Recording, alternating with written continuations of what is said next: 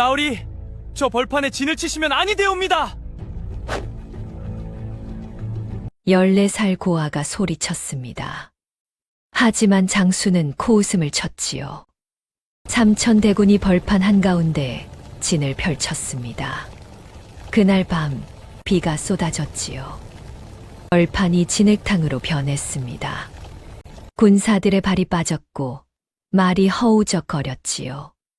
그 순간 산 위에서 적의 함성이 터졌습니다. 아이의 말을 듣지 않은 대가가 삼천 목숨 위로 쏟아지고 있었지요.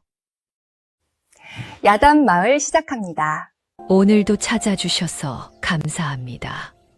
구독과 좋아요, 댓글은 야단마을을 지속하게 하는 큰 힘이 됩니다. 그럼 오늘의 이야기 속으로 함께 떠나볼까요? 옛날 옛적 조선 팔도 가운데에서도 가장 춥고 가장 먼 땅이 있었습니다. 함경도 산골이었지요. 나라를 세운 지 얼마 되지 않은 때였습니다.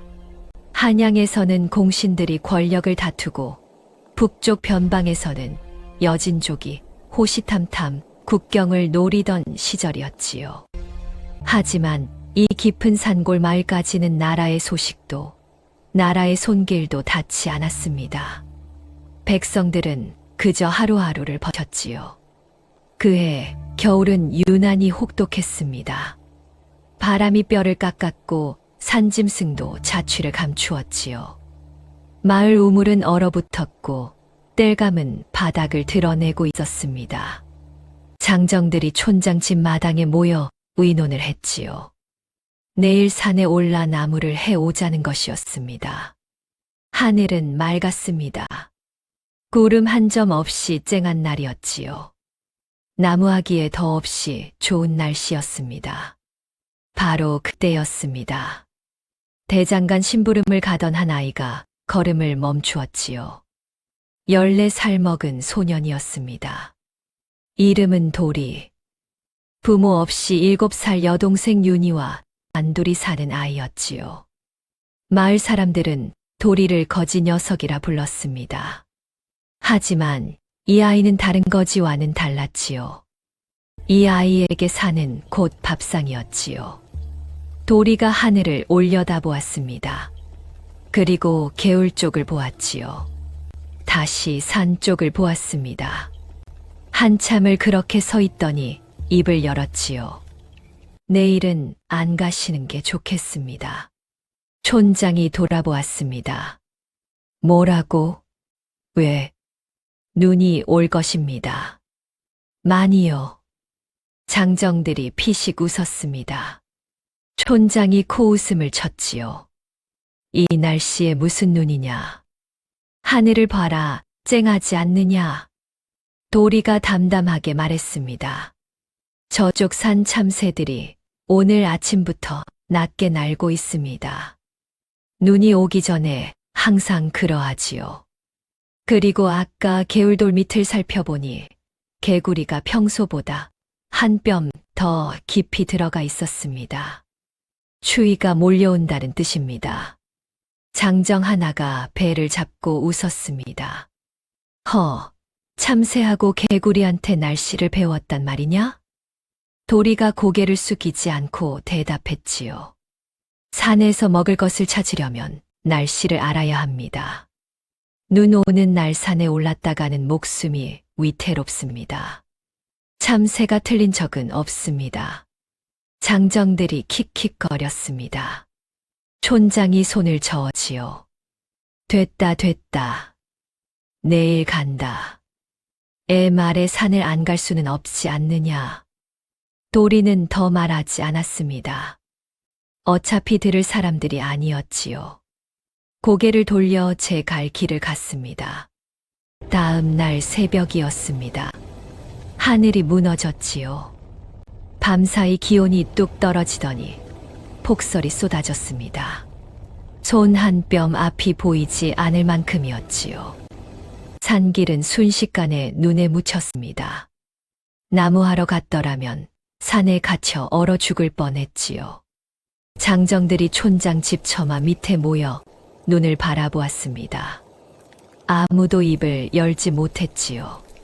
촌장이 멋쩍은 얼굴로 도린의 움막 쪽을 흘낏 쳐다보았습니다. 당정 하나가 중얼거렸지요. 참새가 틀린 적은 없다더니 진짜였구먼. 그날부터 마을 사람들이 도리를 보는 눈이 살짝 달라졌습니다. 여전히 거지 녀석이었지만 뭔가 다른 아이라는 느낌이 스며들었지요. 하지만 그뿐이었습니다. 달라지는 것은 아무것도 없었습니다. 폭설이 쏟아지는 그날 도리는 움막에 갇혀 있었습니다. 밖에 나갈 수가 없었지요. 산에 갈 수 없으니 먹을 것을 구할 길도 없었습니다. 7살 윤희가 볕이 비불 속에 웅크리고 있었지요. 오라버니 배고파. 사흘째 같은 말이었습니다. 도리의 가슴이 쪼여졌지요. 줄 것이 없었습니다. 도리가 이를 악물고 폭설 속을 뚫고 나갔습니다. 움막 뒤 소나무에서 껍질을 벗겼지요. 칼도 없이 돌멩이로 긁어냈습니다. 눈발이 날리는데 손이 벌겋게 물들었지요. 피인지 추위인지 분간이 되지 않았습니다. 움막으로 돌아와 소나무 껍질을 물에 넣고 끓였습니다. 쓰고 텁텁한 냄새가 좁은 움막을 가득 채웠지요. 윤희에게 건네며 말했습니다. 너만 먹으면 돼. 나는 아까 뭐 좀 먹었어. 거짓말이었지요. 도리는 이틀째 아무것도 먹지 못한 터였습니다. 참새의 높이로 날씨를 읽고 토끼의 발자국으로 식량을 구하는 아이였지만 폭설 앞에서는 그 재주도 소용이 없었지요. 윤희가 죽을 먹었습니다. 얼굴이 일그러졌지요. 하지만 한 방울도 남기지 않았습니다. 도리는 그 못을 보며 주먹을 쥐었지요. 윤희가 잠든 뒤였습니다. 도리는 달빛에 기대어 낡은 책 한 권을 펼쳤지요. 아버지가 남긴 병법서였습니다. 표지가 헤어지고 글자가 바랜 낡은 책이었지만 도리에게는 세상에서 가장 소중한 물건이었지요. 한 번 읽은 구절은 잊지 않는 아이였습니다. 오늘 읽은 대목은 이러했지요. 지형을 아는 자가 전장을 지배한다. 도리는 고개를 끄덕였습니다. 지형은 알았지요. 이 산의 모든 골짜기, 물길, 바위를 알고 있었습니다. 먹을 것을 찾아 수천 번을 헤맨 산이었으니까요. 하지만 전장은 몰랐습니다. 전장이라는 말조차 들어본 적 없는 아이였지요. 병법서 표지 안쪽에 아버지의 글씨가 적혀 있었습니다. 이것을 지켜라. 언젠가 쓸 날이 온다.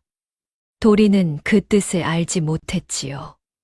그저 아버지의 손때가 묻은 흔적이라 소중할 뿐이었습니다. 빈속에 잠이 오지 않았습니다. 천장을 보며 생각했지요. 언제까지 이렇게 살아야 하는 것인가? 바로 그때였습니다. 멀리서 말발굽 소리가 들려왔지요. 폭설 속에서였습니다. 이 깊은 산골까지 말을 타고 오는 사람은 없었지요. 도리의 귀가 쫑긋 섰습니다. 하나, 둘, 셋. 말세필이었지요. 빠르지 않았습니다. 급한 것이 아니라 길을 찾고 있는 소리였지요. 도리가 예고한 그 폭설에 갇힌 사람들이었습니다.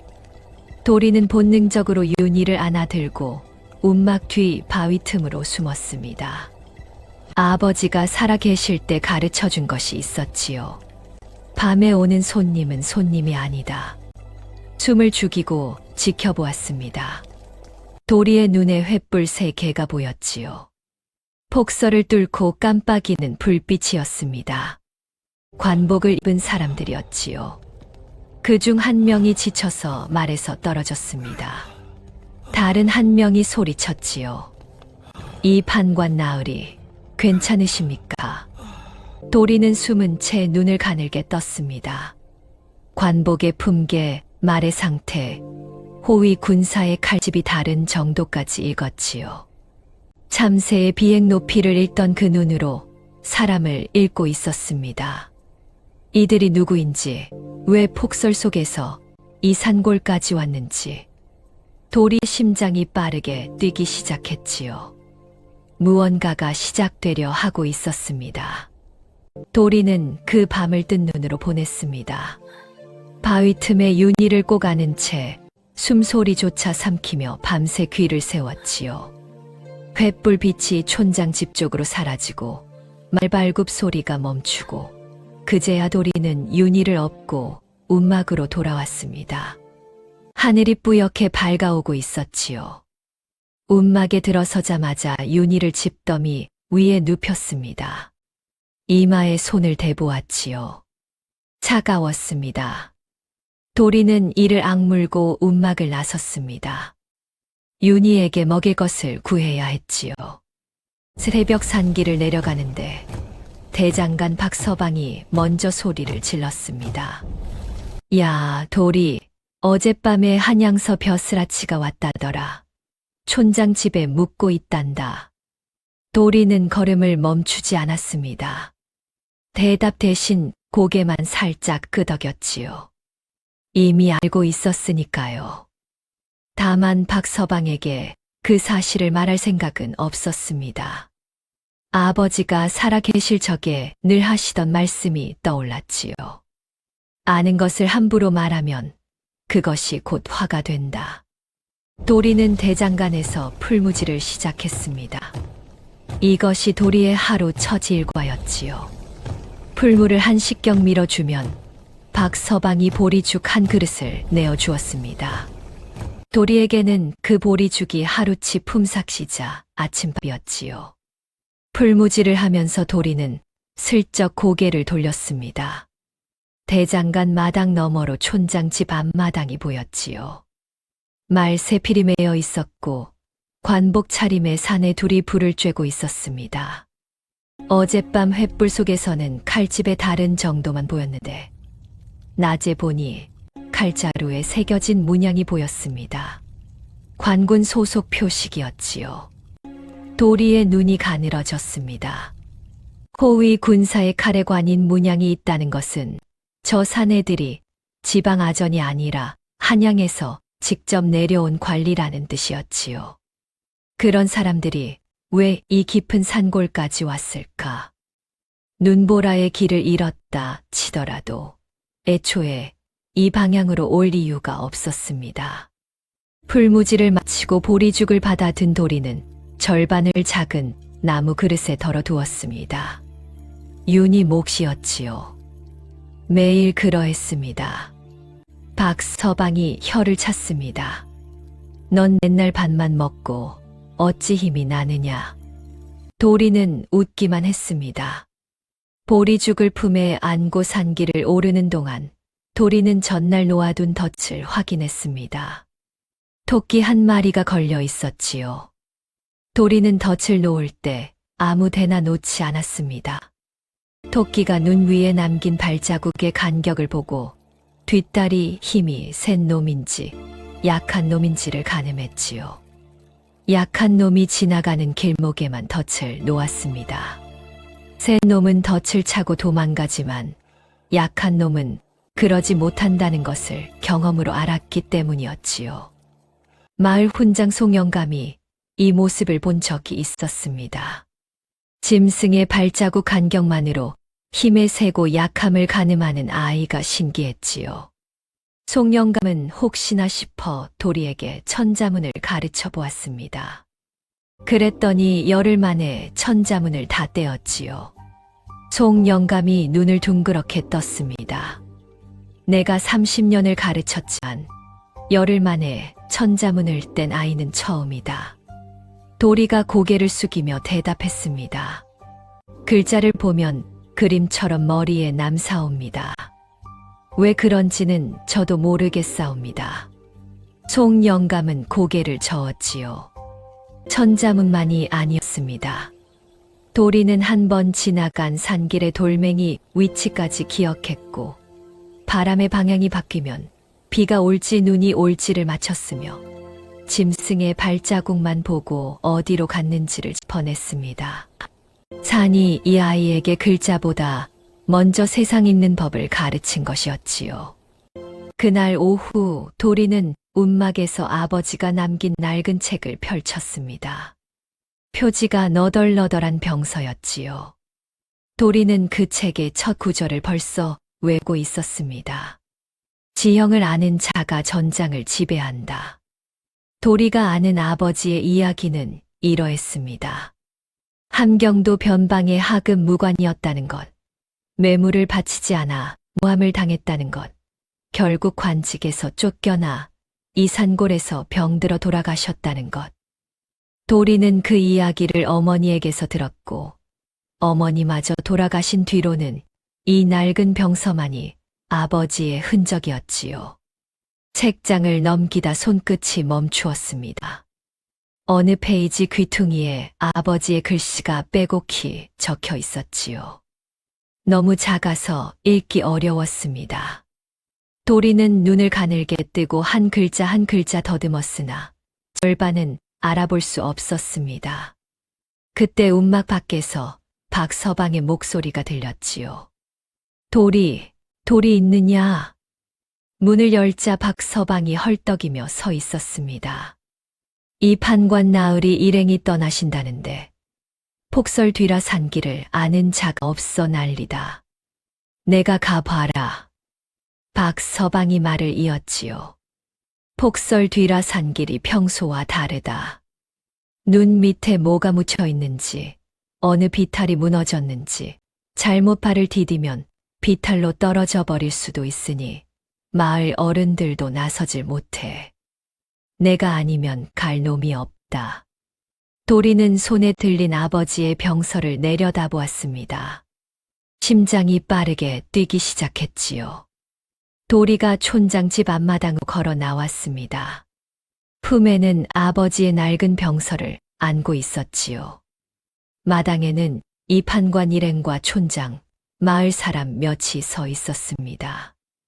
아무도 길 안내에 나서지 못한 채 서로 눈치만 보고 있었지요. 제가 안내하겠사옵니다. 촌장이 눈을 부라렸습니다. 거지 녀석이 무슨 산길을 안다고 나서느냐. 도리는 대답 대신 마당 위에 눈을 가리켰지요. 어젯밤 바람이 북서쪽에서 불어왔사옵니다. 그러니 동남쪽 비탈에 눈이 가장 얕게 쌓였을 것이옵니다. 큰 고갯길은 북사면이라 눈이 허리까지 찰 것이고 동남쪽 작은 골짜기를 타면 발목 깊이로 지나갈 수 있사옵니다. 마당이 조용해졌습니다. 촌장도 마을 사람들도 말이 없었지요. 이 판관이 방문을 열고 나왔습니다. 마른 체구의 눈빛이 날카로운 사내였지요. 도리를 위아래로 훑어보았습니다. 내 나이가 몇이냐? 14시옵니다. 바람 방향만으로 눈의 깊이를 아느냐? 도리가 고개를 숙였습니다. 산에서 자랐사옵니다. 바람이 눈을 어디로 모는지는 겨울을 나보면 저절로 알게 되옵니다. 이 판관이 잠시 도리를 바라보더니 고개를 끄덕였습니다. 앞장서 보거라. 호위 군사 셋이 칼자루를 움켜쥐며 불안한 눈빛을 보냈지요. 마을 어른들도 수군거렸습니다. 거지 아이에게 나으리의 목숨을 맡기느냐는 말이 들렸지요. 도리는 뒤를 돌아보지 않았습니다. 다만 움막에 혼자 남을 윤희가 마음에 걸렸을 뿐이었지요. 산길에 접어든 집 한 10경쯤 되었을 때 도리의 발이 멈추었습니다. 눈 위에 발자국이 찍혀 있었지요. 사람 발자국이었습니다. 그런데 이상했습니다. 마을 사람들의 집신 자국이 아니었지요. 가죽신이었습니다. 그것도 밑창에 무늬가 고르게 찍힌 값비싼 가죽신이었습니다. 도리가 몸을 낮추고 발자국을 살폈습니다. 보폭이 좁아지요. 하지만 발자국의 깊이가 일정했습니다. 지친 사람이 아니라 일부러 천천히 걸은 것이었지요.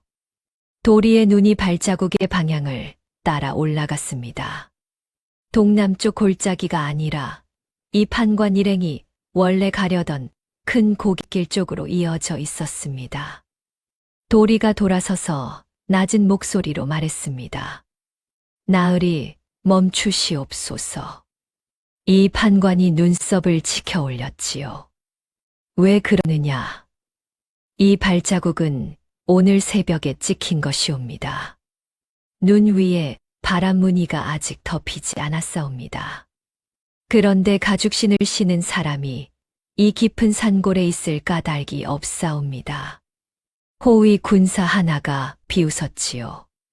아이가 발자국 하나 보고 호들갑이구나. 도리는 대꾸하지 않았습니다. 대신 몇 걸음 앞으로 가서 눈을 걷어냈지요.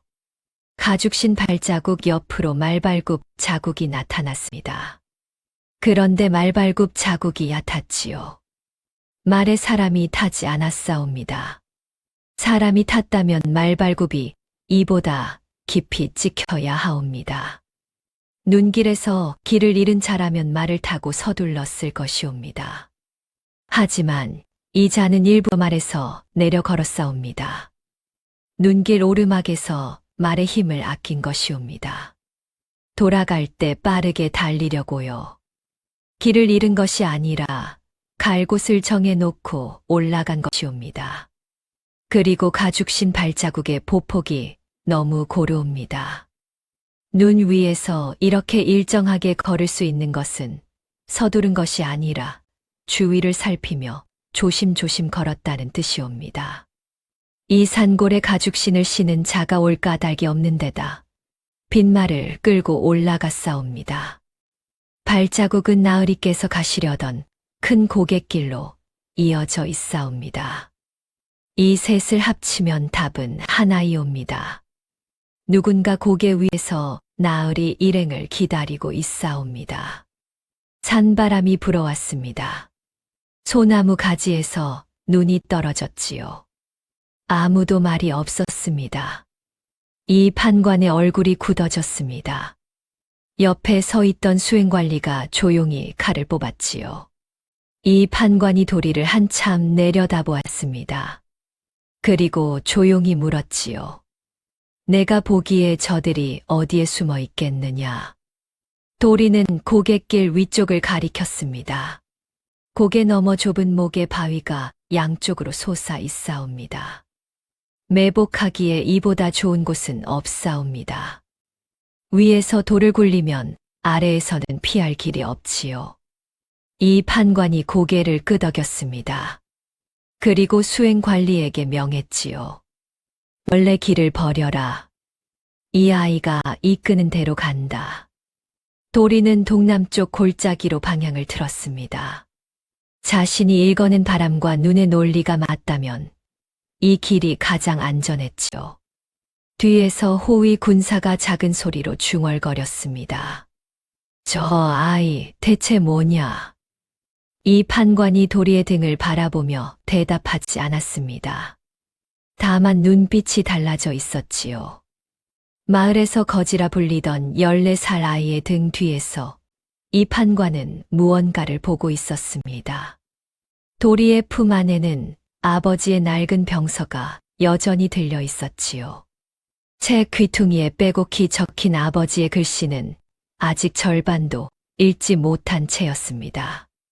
그 글씨 속에 무엇이 숨겨져 있는지 도리는 아직 몰랐습니다.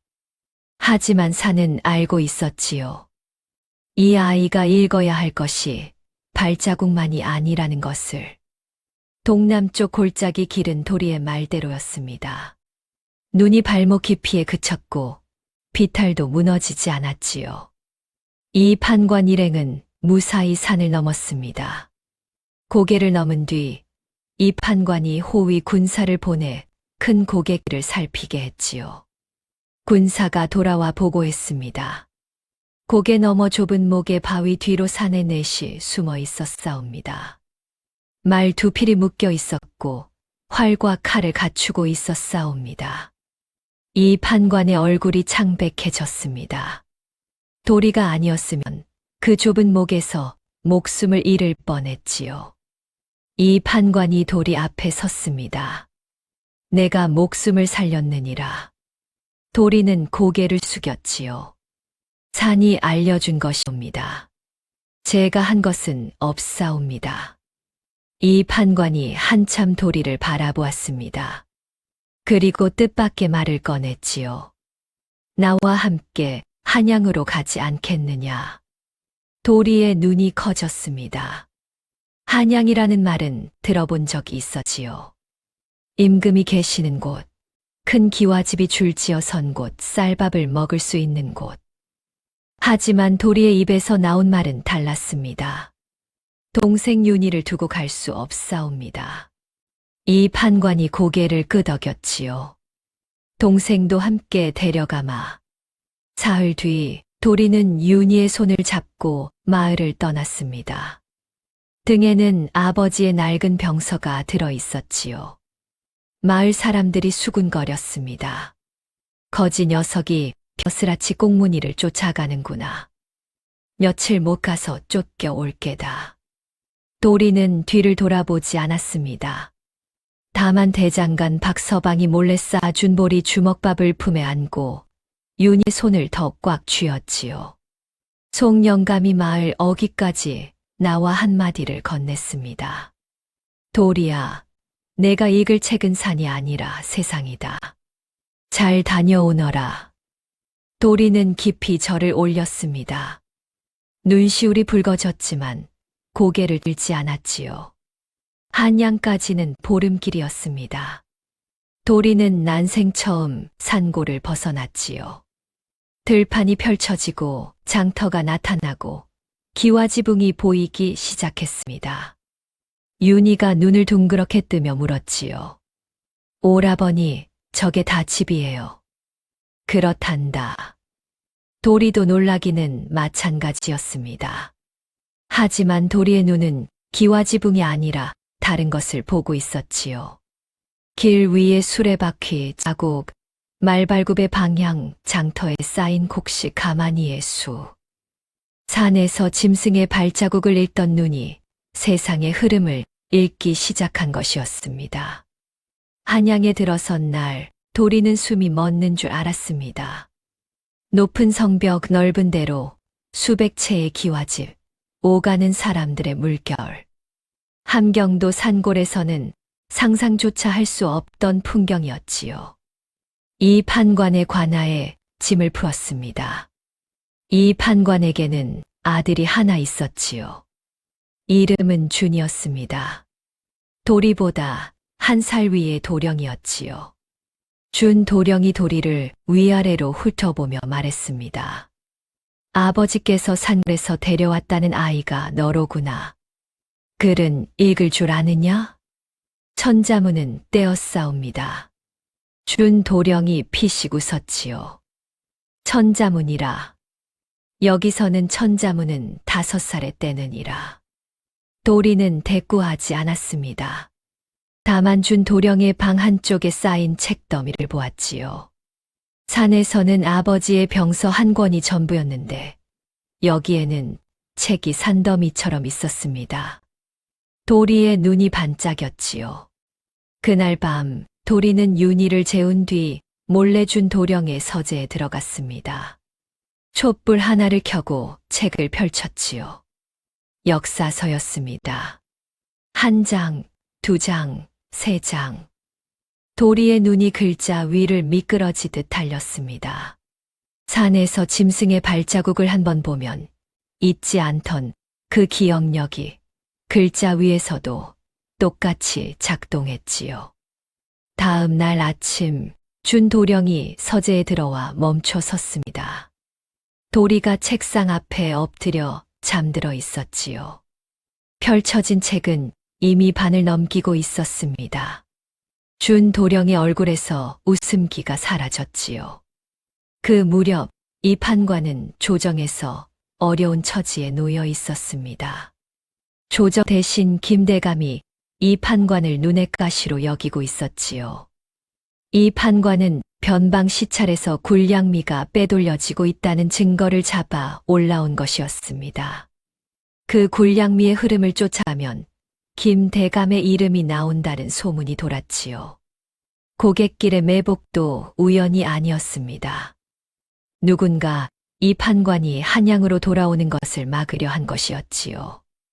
이 판관은 그 사실을 알고 있었지만 조정에서 김대감을 상대하려면 더 확실한 증거가 필요했습니다. 어느 날 저녁 이 판관이 도리를 불렀습니다.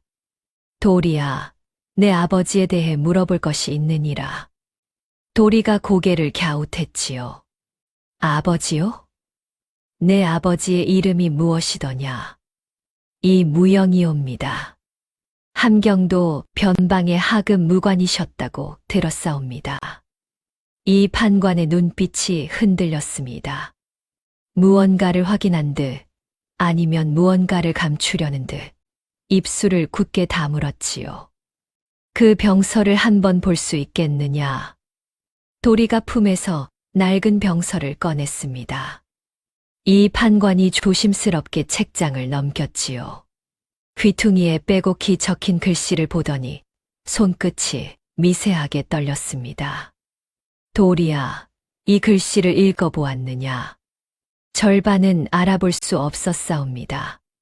이 판관이 고개를 끄덕이더니 조심스럽게 책을 덮어 도리에게 돌려주었습니다. 아무 말도 하지 않았지요. 다만 도리는 책을 넘기던 이 판관의 손끝이 미세하게 떨렸던 것을 보았습니다. 산에서 짐승의 몸짓을 읽던 눈으로 사람의 떨림을 읽고 있었지요. 한양의 밤하늘에는 별이 잘 보이지 않았습니다. 함경도 산골에서 쏟아지던 별이 이곳에서는 지붕에 가려 보이지 않았지요. 도리는 윤희의 잠든 얼굴을 내려다보며 중얼거렸습니다. 여기서는 별 대신 읽어야 할 것이 더 많구나. 품 안의 병서가 묵직하게 느껴졌지요. 아버지의 글씨 속에 무엇이 있는 것인지, 이 판관은 왜 손끝을 떨었는지. 답은 아직 멀리 있었지만 도리는 그것을 반드시 읽어내겠다고 다짐했습니다. 한양의 밤이 깊어지고 있었지요. 한양에 올라온 지 석 달이 지났습니다. 도리는 이 판관의 관하에서 심부름을 하며 지냈지요. 낮에는 준도령의 서재에서 책을 읽고 밤에는 아버지의 병서를 펼쳤습니다. 석 달 만에 역사서 3권을 통째로 외웠지요. 준도령이 더 이상 도리를 놀리지 않게 된 것도 그 무렵이었습니다. 어느 날 아침 조정의 급보가 날아들었습니다. 함경도 변방에 여진족이 대규모로 침입했다는 소식이었지요. 국경 수비대가 무너졌고 여진족 기마대가 남쪽으로 내려오고 있었습니다. 조정이 발칵 뒤집혔지요. 토벌군을 꾸려야 했습니다. 김대감이 자신의 조카 김부사를 선봉장으로 밀었지요. 전쟁 경험이 없는 자였으나 김대감이 군공을 세워주려는 속셈이었습니다. 출정 준비 회의가 열렸지요.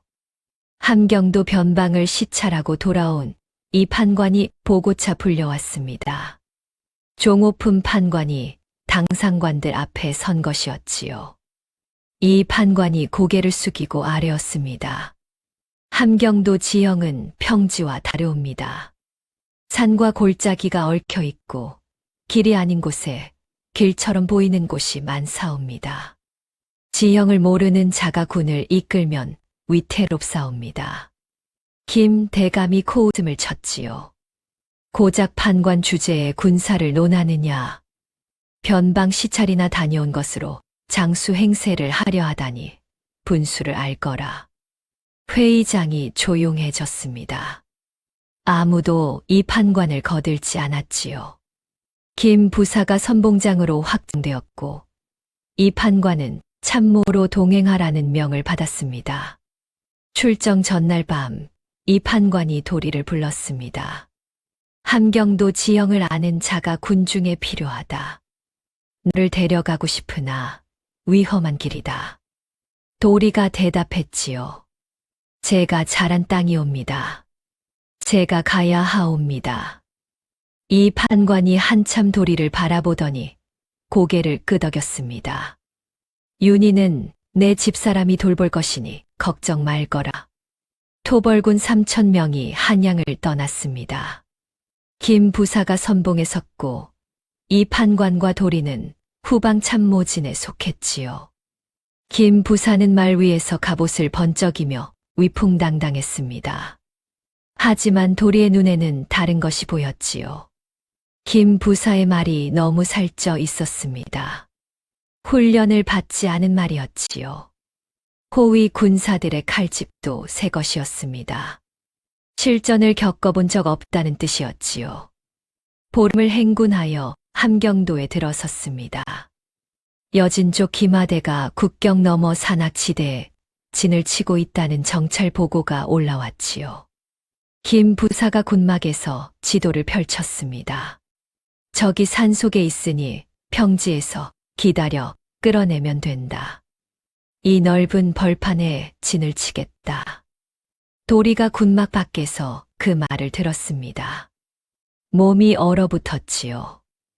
이 판관에게 달려갔습니다. 나으리, 저 벌판에 진을 치시면 아니 되옵니다. 이 판관이 물었지요. 왜 그러느냐? 지금은 겨울이 풀리는 때이옵니다. 저 벌판은 여름에는 마른 땅이지만 이맘때면 산에서 녹은 눈이 땅속으로 스며들어 겉은 멀쩡해 보여도 속이 질퍽하옵니다. 비가 한 번만 내리면 사람이고 말이고 무릎까지 빠지옵니다. 제가 이 땅에서 자랐으니 아옵니다. 이 판관의 얼굴이 심각해졌습니다. 김 부사에게 찾아갔지요. 김 부사, 저 벌판은 위험하오. 지형을 아는 자가 진을 치지 말라 하오. 김 부사가 콧방귀를 뀌었습니다. 지형을 아는 자라 함은 누구를 말하는 것이오? 제가 데려온 아이가 이 고장 출신이옵니다. 김 부사가 껄껄 웃었지요. 아이, 이 판관, 전쟁터에 아이를 데려와 놓고 그 아이의 말로 장수의 판단을 흔드시겠다는 것이오. 출정 준비 회의에서도 지형 타령을 하시더니 이번에는 산골 아이를 앞세우시는구려. 참으로 한심하오. 호위 군사들도 웃었습니다. 이 판관의 얼굴이 붉어졌지요. 김 부사는 듣지 않았습니다. 3,000 군사가 벌판 한가운데 진을 쳤지요. 도리는 진영 가장자리에 서서 하늘을 올려다보았습니다. 서쪽 하늘에 먹구름이 낮게 깔리고 있었지요. 바람의 냄새가 달라졌습니다. 도리가 중얼거렸지요. 내일 비가 오겠구나. 그날 밤 도리는 잠을 이루지 못했습니다. 이 판관에게 다시 찾아갔지요. 나으리, 내일 비가 내리옵니다. 비가 오면 이 벌판은 진흙탕이 되옵니다. 군사들이 움직일 수 없게 되옵니다. 그때 여진족 김하대가 산에서 내려오면 막을 도리가 없사옵니다. 이 판관이 이를 악물었습니다. 김 부사가 듣지 않으니 어찌하겠느냐. 도리가 조용히 말했지요. 나으리 휘하의 군사만이라도 벌판 동쪽 언덕으로 옮기시옵소서. 언덕은 땅이 단단하옵니다. 바위가 받치고 있어 물이 고이지 않사옵니다.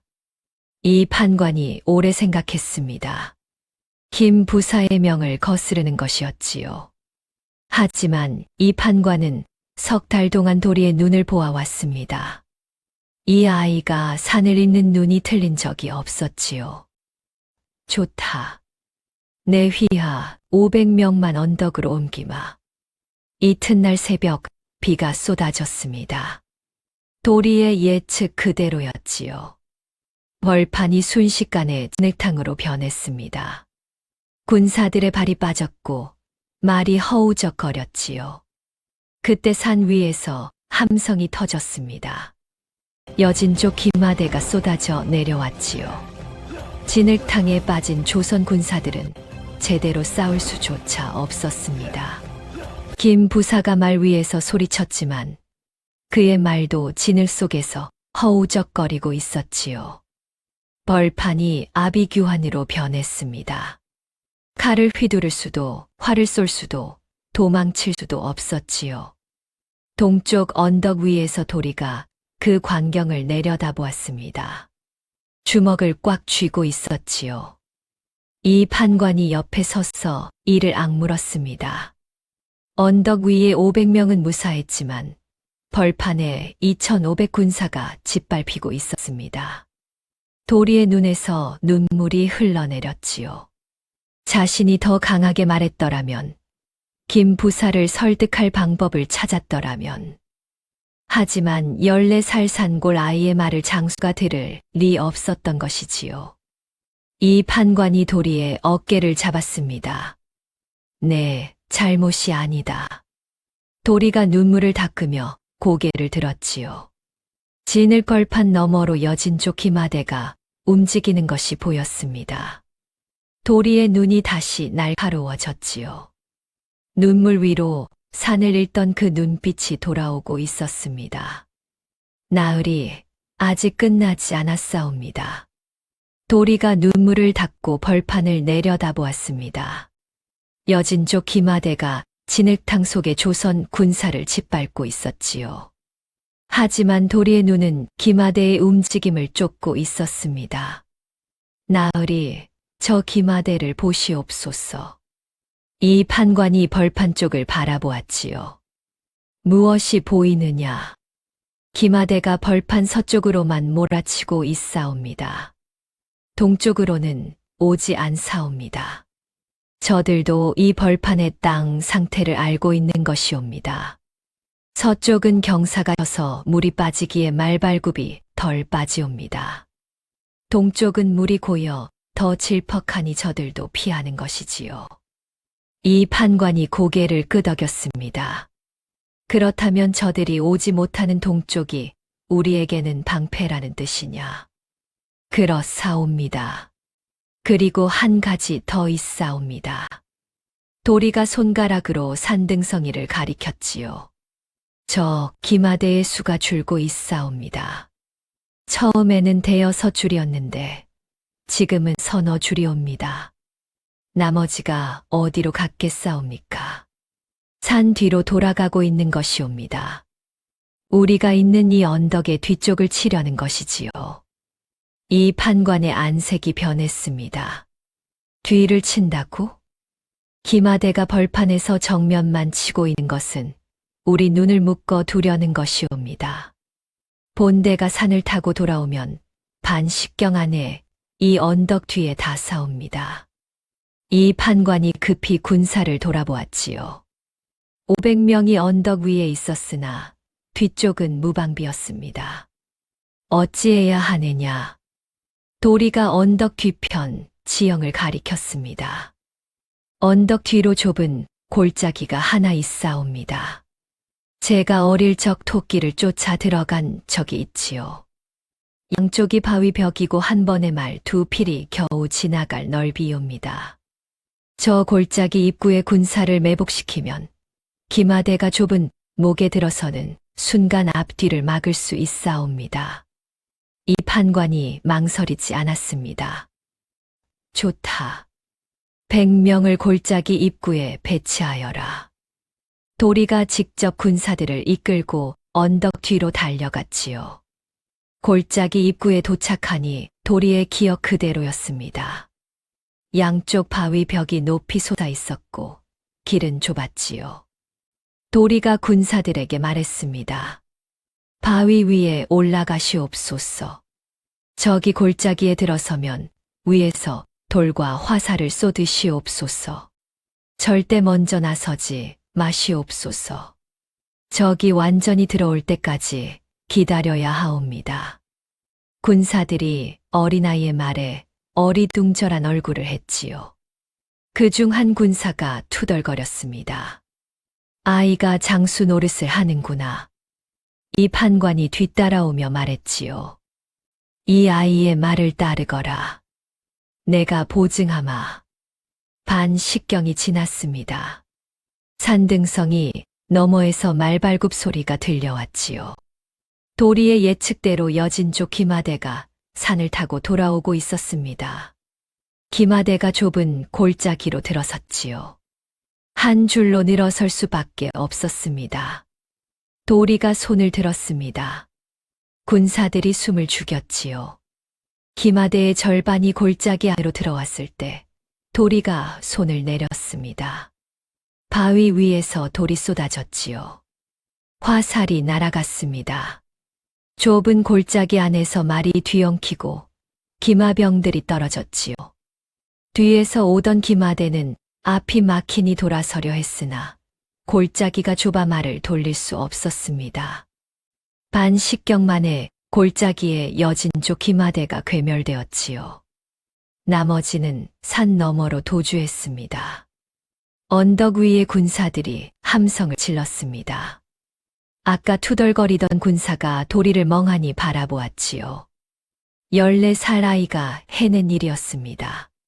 그날 저녁 벌판의 전투도 끝이 났습니다. 여진족 기마대가 물러갔지요. 하지만 피해가 참혹했습니다.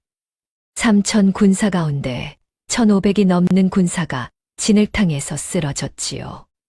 김 부사는 살아남았으나 갑옷이 진흙으로 뒤덮인 꼴이었습니다. 김 부사가 이 판관을 노려봤지요. 어찌하여 4명 없이 군사를 언덕으로 옮겼느냐? 이 판관이 대답했습니다. 옮기지 않았으면 500도 함께 전멸했을 것이요. 김 부사가 이를 갈았지만 더 말하지 못했지요. 언덕에 500명과 골짜기에 전과가 없었으면 이 전투는 완패였기 때문이었습니다. 그날 밤 도리는 군막 구석에서 아버지의 병서를 펼쳤습니다. 촛불 아래에서 귀퉁이에 빼곡한 글씨를 다시 들여다보았지요. 석 달 동안 한양에서 책을 읽은 덕에 전에는 알아볼 수 없던 글자들이 조금씩 눈에 들어오기 시작했습니다. 한 줄을 읽었지요. 이 기록을 남기노라. 군량이 빠져나가는 경로를. 도리의 손이 떨렸습니다. 다음 줄을 읽으려 했으나 먹이 번져 알아볼 수 없었지요. 그때 군막의 천이 걷히며 이 판관이 들어왔습니다. 도리의 손에 들린 병서를 보았지요. 그리고 촛불에 비친 도리의 얼굴을 보았습니다. 무언가를 읽어낸 얼굴이었지요. 이 판관이 천천히 앉았습니다. 오래 침묵이 흘렀지요. 이 판관이 먼저 입을 열었습니다. 도리야, 내 아버지는 하급 무관이 아니었느니라. 함경도 북방방어선의 전략을 짜던 참모였다. 그런 분이 왜 이 산골에서 쫓겨나 돌아가셨겠느냐? 뇌물을 안 바쳐서가 아니다. 알아서는 안 될 것을 알아버렸기 때문이다. 도리의 눈이 크게 떠졌습니다. 알아서는 안 될 것이 무엇이옵니까? 이 판관이 입을 다물었습니다. 한참 뒤에야 낮은 목소리로 대답했지요. 지금은 더 말할 수 없다. 하지만 내 아버지가 그 병서에 남긴 글씨를 내가 다 읽을 수 있게 되면 스스로 알게 될 것이다. 도리는 손에 들린 병서를 내려다보았습니다. 아버지의 빼곡한 글씨가 촛불에 흔들리고 있었지요. 도리는 병서를 가슴에 꼭 안았습니다. 아버지가 남긴 글씨 속에 무엇이 있는지 이제 도리는 반드시 읽어내야 했습니다. 밤이 깊어지고 있었지요. 진흙걸판에서 불어오는 바람에서는 아직 피 냄새가 섞여 있었습니다. 날이 밝았습니다. 진흙벌판의 참상이 드러났지요. 쓰러진 군사들의 갑옷이 진흙에 묻혀 있었고 부러진 창과 화살이 여기저기 박혀 있었습니다. 살아남은 군사들은 1,500이 채 되지 않았지요. 김 부사는 이를 갈고 있었습니다. 이 판관이 제멋대로 군사를 옮긴 것이 눈의 가시였지요. 하지만 언덕에 500명과 골짜기에 전과가 없었으면 이 전투는 완패였습니다. 지금 이 판관을 벌하면 남은 군사들의 마음이 흩어질 것이었지요. 김 부사는 끓는 속을 사기며 입을 다물었습니다. 대신 한양에 돌아가면 반드시 갚아주겠다고 마음먹었지요. 한양에 돌아가면 이 판관을 군율로 다스리겠다. 김 부사는 패전의 책임을 이 판관에게 돌리려 했지요. 자신이 벌판에 진을 친 판단이 잘못이었다는 것을 인정할 수 없었던 것이었습니다. 하지만 전쟁은 끝나지 않았지요. 여진족 김하대가 물러간 것은 잠시뿐이었습니다. 정찰 군사가 돌아와 보고했지요. 적이 북쪽 산골짜기에 다시 모이고 있사옵니다. 수가 늘었사옵니다. 이틀 안에 다시 내려올 것으로 보이옵니다. 군막 안이 얼어붙었습니다. 1500명으로 더 많아진 적을 상대해야 했지요. 김 부사의 얼굴이 하얗게 질렸습니다. 후퇴한다. 한양으로 돌아가 지원군을 요청하겠다. 이 판관이 고개를 저었지요. 후퇴하면 함경도 백성이 모두 짓밟히요. 우리가 물러나면 여진족이 마을마다 불을 지를 것이요. 김 부사가 소리쳤습니다. 그러면 1500으로 어찌 싸우겠다는 것이냐. 그때 군막 밖에서 목소리가 들렸지요. 방법이 있사옵니다. 군막에 천이 거쳤습니다. 도리가 서 있었지요. 김 부사가 얼굴을 일그러뜨렸습니다. 또 이 아이냐. 이 판관, 전쟁터에 아이를 세우는 것이 그리 자랑스러운가. 도리는 대꾸하지 않았습니다. 군막 안으로 들어가 바닥에 무릎을 꿇고 흙바닥 위에 손가락으로 그림을 그리기 시작했지요. 여기가 적이 모여있는 북쪽 골짜기이옵니다. 이 골짜기는 서쪽으로 출구가 하나, 남쪽으로 출구가 하나이옵니다. 장수들이 고개를 숙여 바닥을 들여다보았지요. 도리가 계속 말했습니다. 골짜기 서쪽 입구 너머에 마른 억새밭이 있사옵니다. 이맘때 억새는 바싹 말라 있지요. 그리고 이 지역은 오후가 되면 서풍이 부옵니다. 바람이 서쪽에서 동쪽으로 분다는 뜻이옵니다. 도리가 손가락으로 바람의 방향을 그렸지요. 서쪽 억새밭에 불을 놓으면 서풍을 타고 연기와 불이 골짜기 안으로 밀려 들어가옵니다.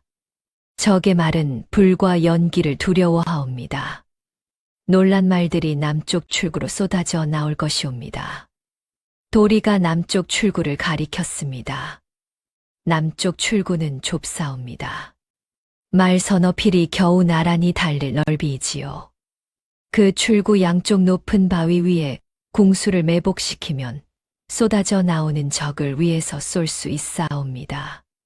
좁은 길에서 적은 피할 곳이 없사옵니다. 군막이 조용해졌지요. 장수들이 바닥의 그림을 내려다보고 있었습니다. 이 판관이 먼저 입을 열었지요. 이 아이의 말이 맞소. 내가 변방 시찰 때 그 골짜기를 지나온 적이 있소. 지형이 아이의 말과 다르지 않소.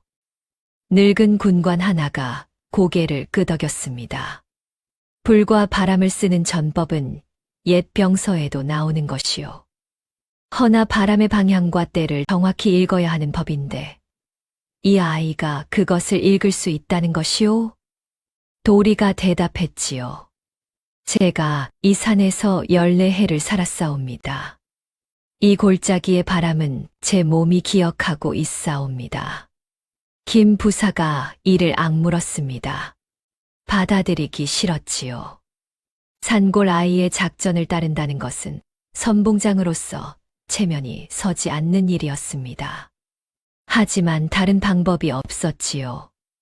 후퇴하면 함경도를 내주는 것이고 정면 대결은 병력이 부족했습니다. 김 부사가 입을 열었지요. 좋다. 하되 이 작전이 실패하면 이 판관과 이 아이가 모든 책임을 지는 것이다. 이 판관이 고개를 끄덕였습니다. 그리하겠소. 도리가 자리에서 일어나며 한마디를 더했지요. 한 가지 더 있사옵니다. 불을 놓는 시각이 중요하옵니다. 서풍이 가장 강해지는 때는 해가 기울기 시작하는 신시이옵니다. 그 전에 모든 준비를 마쳐야 하옵니다. 그리고 만약 바람이 갑자기 바뀌면 불이 우리 쪽으로 올 수 있사옵니다. 그때를 대비하여 남쪽 출구 뒤편 개울을 확인해 두어야 하옵니다. 늙은 군관이 도리를 바라보았지요. 눈빛이 달라져 있었습니다. 이 아이는 공격만 생각한 것이 아니라 실패했을 때까지 생각하고 있었던 것이지요. 도리는 군막을 나섰습니다. 바깥에서 바람이 불고 있었지요. 서쪽에서 불어오는 바람이었습니다. 도리가 눈을 감고 바람의 세기를 느꼈지요. 산에서 자란 아이의 온몸이 바람을 잇고 있었습니다. 내일이면 모든 것이 결정될 터였지요. 다음 날 해가 뜨기 전부터 군사들이 움직였습니다. 도리의 작전대로 두 무리로 나뉘었지요. 첫째 무리 300은 서쪽 억새밭으로, 둘째 무리 500은 남쪽 출구 양편 바위 위로 올랐습니다. 나머지 700은 남쪽 출구 뒤편에서 대기했지요. 도리는 첫째 무리와 함께 서쪽 억새밭으로 갔습니다. 이 판관이 따라 나섰지요. 도리야, 내가 직접 갈 필요가 있냐? 불을 놓는 시각과 위치를 제가 직접 정해야 하옵니다. 바람은 시시각각 바뀌옵니다. 잘못 놓으면 불이 엉뚱한 곳으로 번지옵니다. 이 판관이 더 말리지 않았지요. 서쪽 억새밭에 도착했습니다. 도리가 억새를 한 줌 뽑아 손으로 비벼보았지요. 바싹 말라 있었습니다. 손가락 사이로 부스러지는 것을 보고 고개를 끄덕였습니다. 잘 타겠사옵니다. 도리는 억새밭 곳곳을 돌아다니며 땅을 살폈지요. 군사들이 도리의 뒤를 따라다니며 고개를 갸웃거렸습니다. 도리가 세 곳에 나뭇가지를 꽂았지요. 이 세 곳에 동시에 불을 놓으시옵소서. 이 자리들은 억새가 가장 빽빽하고 골짜기 입구와 일직선이옵니다. 바람을 타면 불이 골짜기 안으로 곧장 밀려 들어가옵니다. 해가 중천을 넘었습니다. 도리는 한쪽 무릎을 꿇고 풀잎을 세워 밤의 방향을 읽었지요. 아직 바람이 약했습니다. 아직이옵니다. 한 식경이 지났지요. 도리가 다시 풀잎을 세웠습니다. 풀잎이 동쪽으로 확 누웠지요. 서풍이 불기 시작한 것이었습니다. 도리가 하늘을 올려다보았습니다. 구름의 흐름을 읽었지요. 서쪽에서 동쪽으로 빠르게 흘러가고 있었습니다. 지금이 옵니다. 군사들이 부싯돌을 쳤지요. 세 곳에서 동시에 불꽃이 피어올랐습니다. 마른 억새가 순식간에 타올랐지요. 서풍이 불기를 밀었습니다. 연기가 검은 벽처럼 일어나 골짜기 입구를 향해 밀려 들어갔지요. 골짜기 안에서 말 울음소리가 터졌습니다. 여진족 기마대의 말들이 연기와 불빛에 놀라 날뛰기 시작한 것이었지요. 고함 소리가 섞여 들렸습니다. 적들이 혼란에 빠진 것이었습니다. 도리의 예측대로 말들이 남쪽 출구를 향해 달리기 시작했지요. 불과 연기가 서쪽과 북쪽을 막고 있었으니 빠져나갈 곳은 남쪽뿐이었습니다. 남쪽 출구에서 기다리던 궁수 500이 시위를 당겼지요. 좁은 출구로 쏟아져 나오는 기마대를 양쪽 바위 위에서 내리쏘았습니다. 좁은 길에서 말이 뒤엉키고 기마병이 떨어지고 뒤에서 밀려오는 말이 앞에 말을 밟았지요. 아비규환이었습니다. 그때였습니다. 도리가 두려워하던 일이 벌어졌지요. 바람이 흔들리기 시작했습니다. 서풍이 잠깐 멈추더니 남풍이 끼어들었지요. 불길의 방향이 흔들렸습니다. 연기의 일부가 남쪽, 그러니까 조선 궁수들이 있는 쪽으로 밀려오기 시작했지요. 궁수들 사이에서 비명이 올랐습니다. 연기가 온다. 눈을 뜰 수가 없다. 바위 위의 궁수들이 흔들리기 시작했지요. 이대로 두면 내북이 무너지는 것이었습니다. 이 판관이 도리를 돌아보았지요. 어찌하느냐? 도리가 남쪽 출구 뒤편을 가리켰습니다. 개울이 옵니다. 어제 확인해 둔 개울이 옵니다. 도리가 군사 10명을 이끌고 뒤편 개울로 달렸지요. 개울 하류에 비버가 쌓아놓은 것처럼 나뭇가지와 돌이 막혀 있었습니다. 도리가 소리쳤지요. 저 둑을 무너뜨리시옵소서. 물이 쏟아지면 억새반 남쪽 가장자리에 불이 꺼지옵니다. 군사들이 창과 손으로 둑을 허물었습니다. 고여있던 물이 한꺼번에 쏟아져 내렸지요. 물줄기가 억새반 남쪽 가장자리를 적셨습니다. 불길이 지직거리며 꺼졌지요. 남쪽으로 밀려오던 연기가 걷히기 시작했습니다. 궁수들이 다시 눈을 떴지요. 지위를 당겼습니다. 화살이 다시 쏟아졌지요. 좁은 출구에서 빠져나오던 여진족 기마대가 다시 쓰러지기 시작했습니다. 해가 기울 무렵 전투가 끝났습니다. 골짜기 안에 여진족 기마대가 괴멸되었지요. 살아남은 적들은 북쪽 산 너머로 도주했습니다.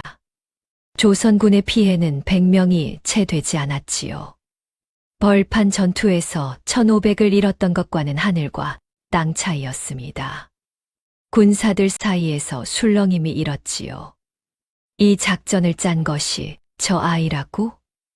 그 아이가 바람이 바뀌는 것까지 대비해 두었다더라. 대체 저 아이가 누구냐? 도리는 바위에 기대 앉아 있었습니다. 손이 떨리고 있었지요. 처음으로 사람이 죽는 것을 가까이서 본 것이었습니다. 적이라 해도 사람이었지요. 도리의 얼굴이 창백했습니다. 이 판관이 다가와 옆에 앉았지요. 아무 말 없이 도리의 어깨에 손을 얹었습니다. 한참이 지나서야 도리가 입을 열었지요. 나으리, 전 사람을 죽이는 법을 안 것이옵니까? 사람을 살리는 법을 안 것이옵니까? 이 판관이 대답했습니다. 둘 다이니라. 그것을 구별할 줄 아는 것이 진짜 장수와 가짜 장수의 차이다. 도리는 고개를 숙였습니다. 품 안의 병서가 느껴졌지요. 아버지도 이런 마음이었을까? 전쟁을 아는 사람이 전쟁을 싫어하는 마음. 도리는 그것을 처음으로 이해하기 시작했습니다. 저녁 노을이 골짜기 위로 번지고 있었지요. 타다 남은 억새밭에서 연기가 피어오르고 있었습니다. 토벌군이 한양으로 돌아왔습니다. 성문 앞에 백성들이 몰려 나왔지요. 환호가 터졌습니다. 하지만 그 환호는 김 부사를 향한 것이었지요. 김 부사가 말 위에서 손을 들어 보였습니다. 마치 자신이 여진족을 물리친 영웅인 듯 의기양양했지요. 도리는 군사들 틈에 섞여 걸었습니다. 아무도 도리를 보지 않았지요. 그날 저녁 조정에 전공보고가 올라갔습니다. 김 부사의 이름이 첫 줄에 적혀 있었지요. 화공 작전을 구상하고 지휘한 공이 김 부사의 것으로 되어 있었습니다. 이 판관의 이름은 없었지요. 도리의 이름도 있을 리 없었습니다.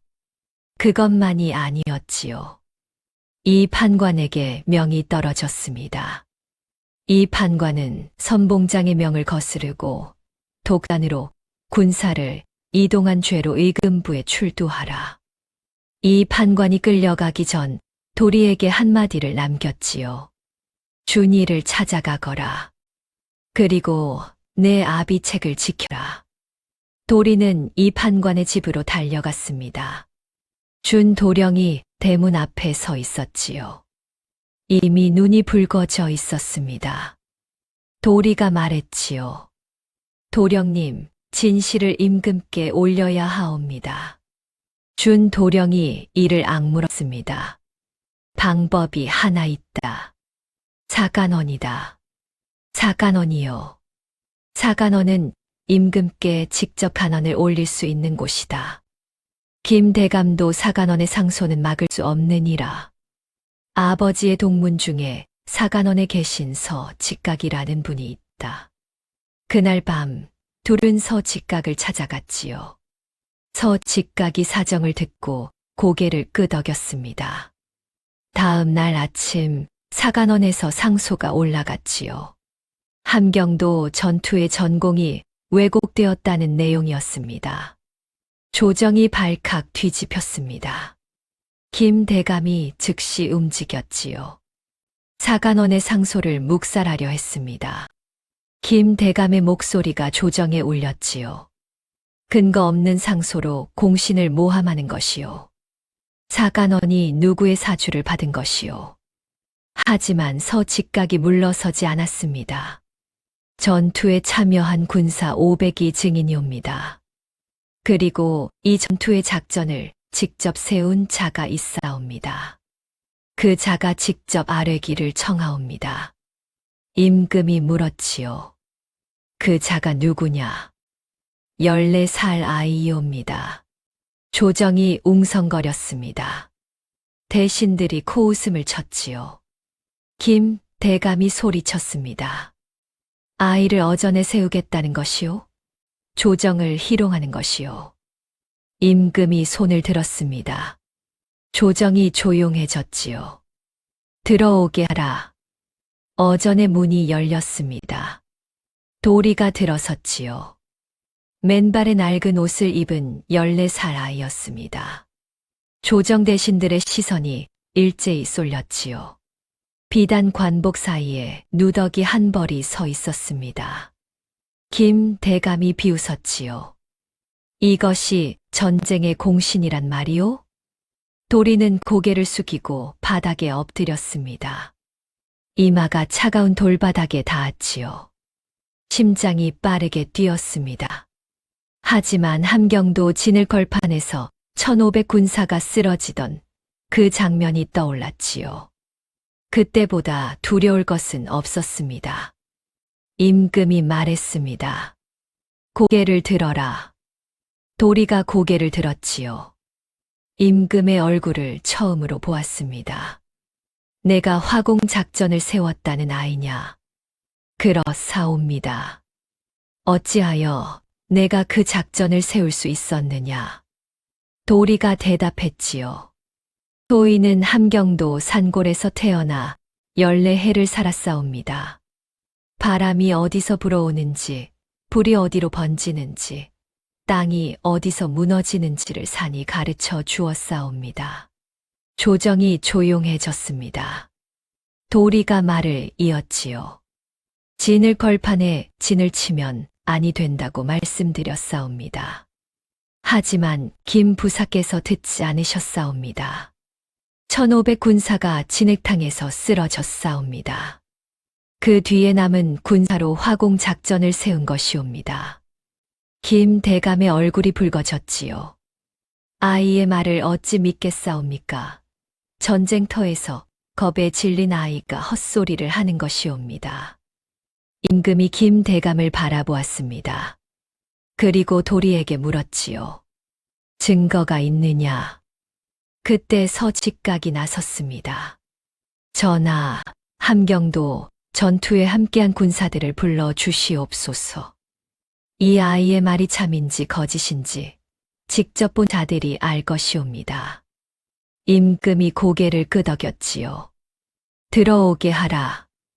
어전의 문이 다시 열렸습니다. 늙은 군관 하나와 군사 둘이 들어섰지요. 늙은 군관은 함경도 전투에서 도리의 작전을 직접 지켜본 자였습니다. 전투의 흙먼지가 아직 갑옷에 남아 있었지요. 임금이 말했습니다. 너희가 직접 본 것을 말하여라.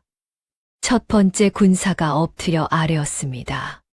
전하, 진을 벌판에 진을 치면 아니 된다고 처음 말한 자가 이 아이였사옵니다. 김 부사께서 듣지 않으셨사옵니다.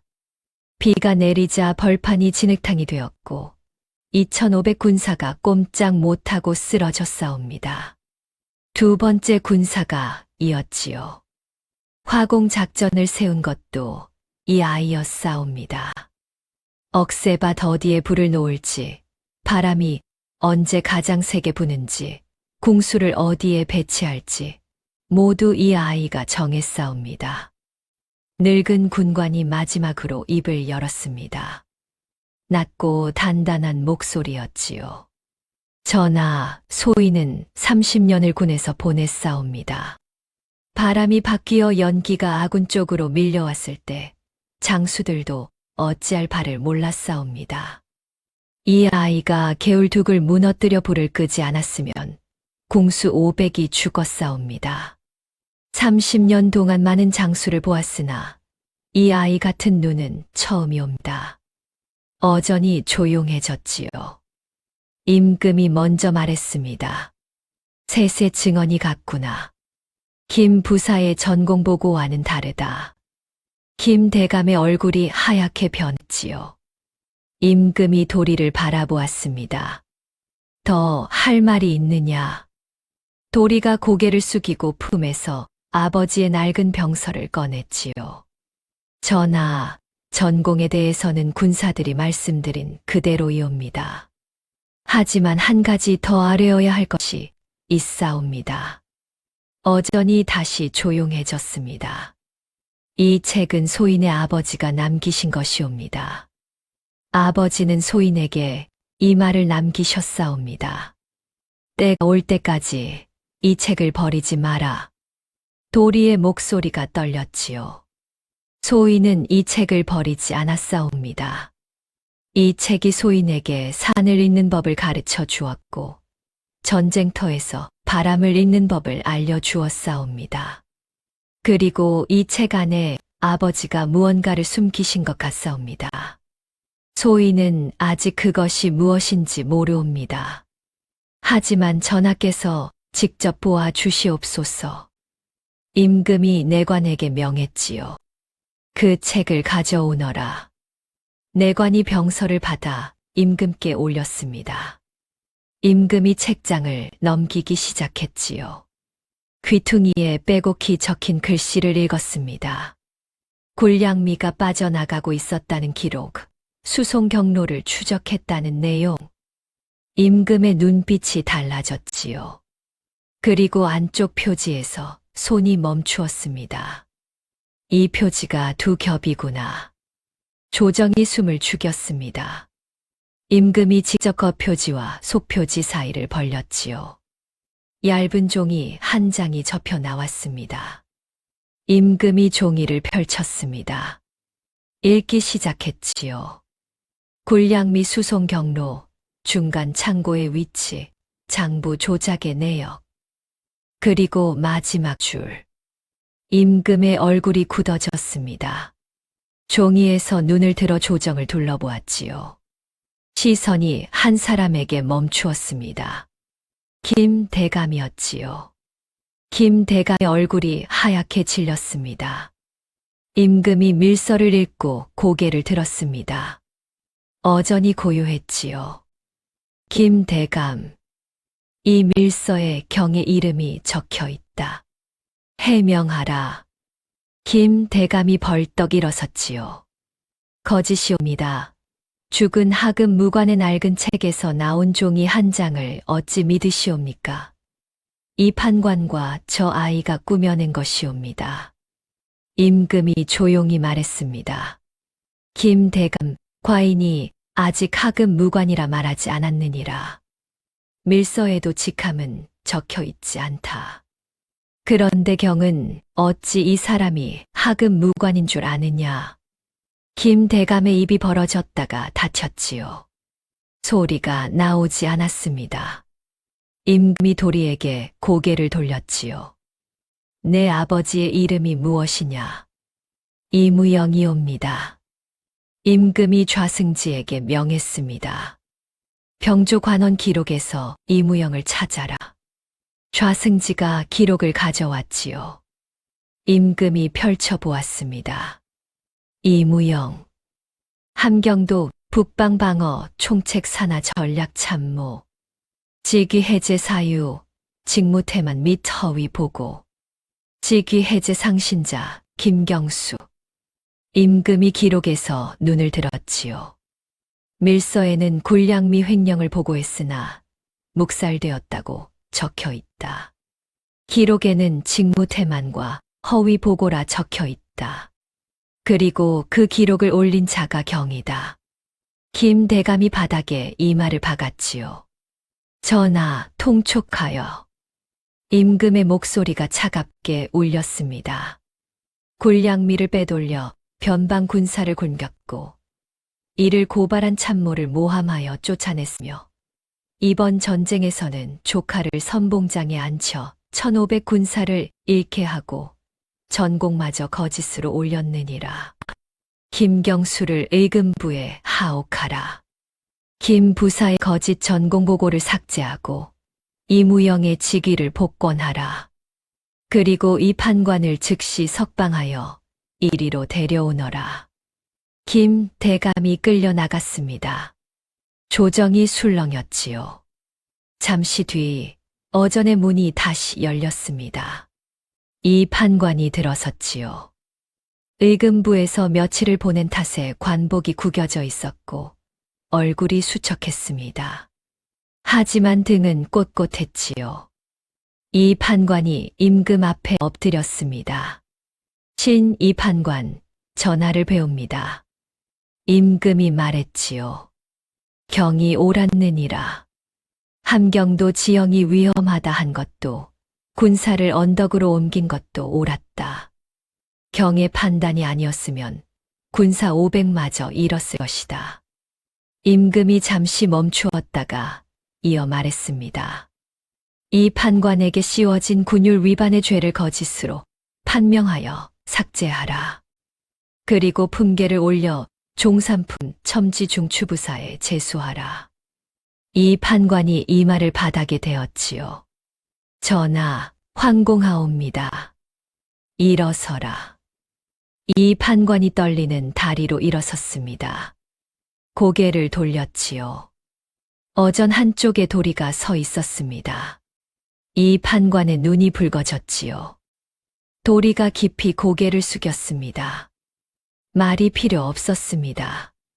함경도 산골에서 시작된 둘의 인연이 어전에서 마주하고 있었지요. 그런데 그때였습니다. 어전 밖에서 급보를 든 전령이 뛰어들어왔지요. 전하, 함경도 북방에서 급보요입니다. 여진족이 다시 남하하고 있사옵니다.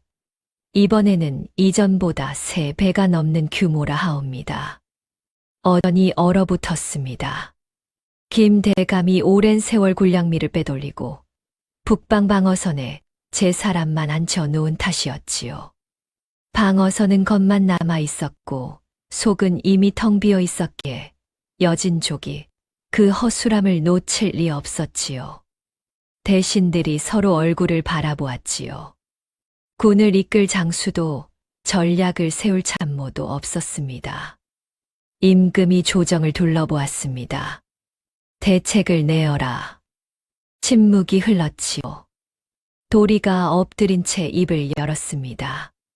전하, 소인이 아뢰어도 되겠사옵니까? 조정이 웅성거렸습니다. 대신 하나가 소리쳤지요. 아이가 또 나서느냐? 어전을 무엇으로 아느냐? 임금이 손을 들어 조용히 시켰습니다. 말하여라. 도리가 고개를 들었지요. 전하, 여진족 기마대는 빠르옵니다. 정면으로 맞서면 우리 군대가 역부족이옵니다. 하지만 기마대에게는 약점이 있사옵니다. 빠른 대신 한 길로만 달릴 수 있다는 것이옵니다. 임금이 눈을 가늘게 떴지요. 계속하여라. 도리가 바닥에 손가락으로 그림을 그리기 시작했습니다. 여진족이 남아하는 길은 크게 세 갈래이옵니다. 서쪽 강변길, 가운데 고갯길, 동쪽 산등성이 길이옵니다. 소인의 아버지가 남기신 병서에 이 세 갈래 경로가 모두 적혀 있었사옵니다. 소인이 이 땅에서 자랐으니 그 길의 지형을 아옵니다. 도리가 세 갈래의 길을 하나씩 가리켰지요. 먼저 서쪽 강변 길이옵니다. 이맘때 상류의 산에는 눈 녹은 물이 고여 있사옵니다. 상류 둑세 곳을 터뜨리면 강변 길이 범람하옵니다. 기마대가 물속에서 달릴 수는 없사옵니다. 도리가 두 번째 길을 가리켰습니다. 가운데 고갯길 양쪽에는 마른 잡목숲이 있사옵니다. 이 숲에 불을 놓으면 연기가 고갯길을 뒤덮사옵니다. 말은 연기 속을 뚫고 달리지 못하옵니다. 도리가 세 번째 길을 가리켰지요. 그러면 여진족은 동쪽 산등성이 길로만 내려올 수 있사옵니다. 한 갈래로 몰리는 것이옵니다. 임금이 고개를 끄덕였습니다. 그 한 갈래에서 맞서 싸우겠다는 것이냐? 아니옵니다. 도리가 고개를 저었지요. 동쪽 산등성이 길은 길이가 40리이옵니다. 이 40리를 하나의 긴 덫으로 만드는 것이옵니다. 조정이 조용해졌습니다. 도리가 말을 이었지요. 소인이 어릴 적 산에서 토끼를 잡을 때 토끼가 지나가는 길목마다 작은 덫을 놓았사옵니다.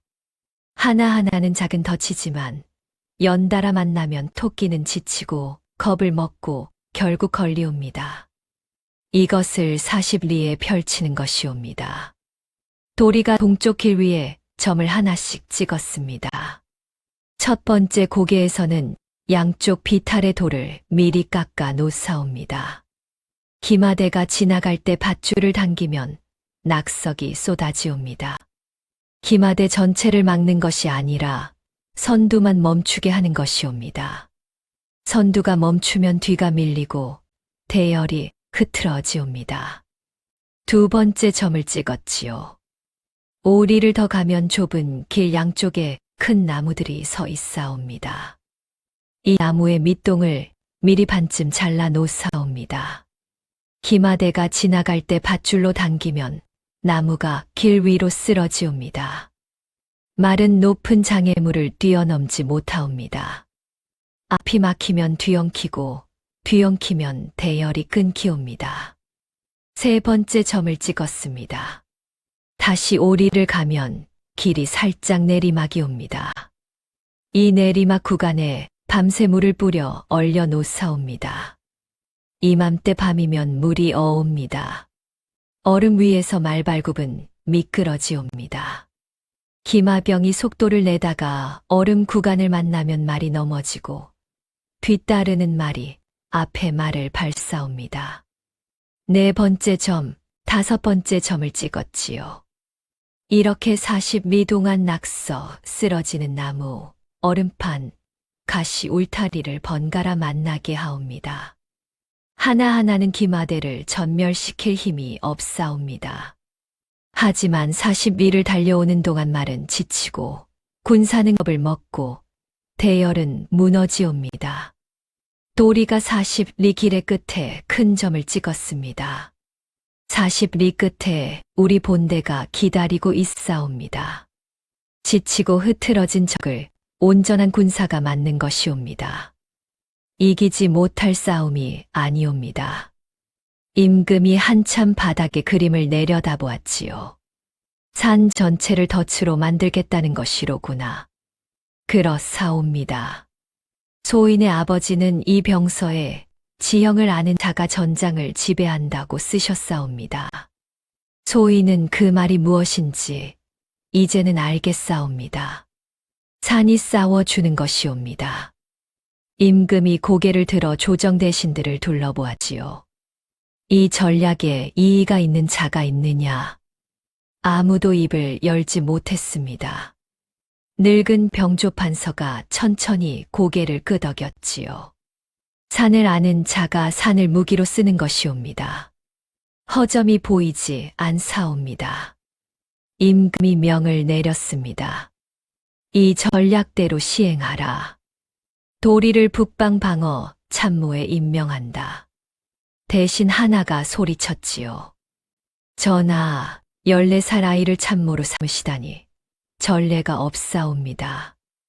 임금이 대답했습니다. 이 아이의 눈이 1500 군사의 목숨을 살렸고 여진족 기마대를 괴멸시켰느니라. 전례가 없으면 만들면 되느니라. 보름 뒤 도리의 전략이 실행되었습니다. 여진족 기마대가 동쪽 산등성이 길로 몰려들었지요. 40미의 연수의 함정이 기다리고 있었습니다.